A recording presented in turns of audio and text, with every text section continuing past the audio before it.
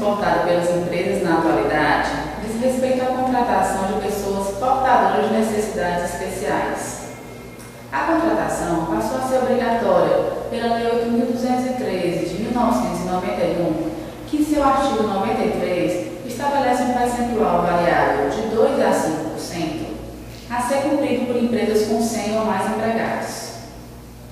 A Superintendência Regional do Trabalho e Emprego no Ceará vem autuando as empresas que não cumprirem a obrigatoriedade legal e deixem de cumprir o percentual de 2 a 5% previsto no artigo 93 da Lei 8.213.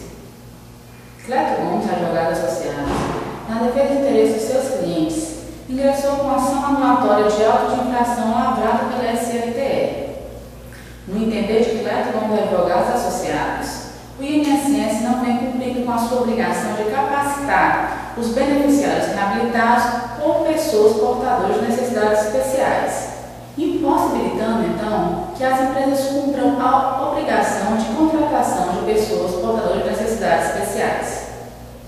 Foi formulado pedido de tutela antecipatória, o qual restou parcialmente deferido pela Justiça do Trabalho no Ceará, no sentido de determinar que a União Federal, através da SLTE, abstenha-se de autuar a empresa de construção civil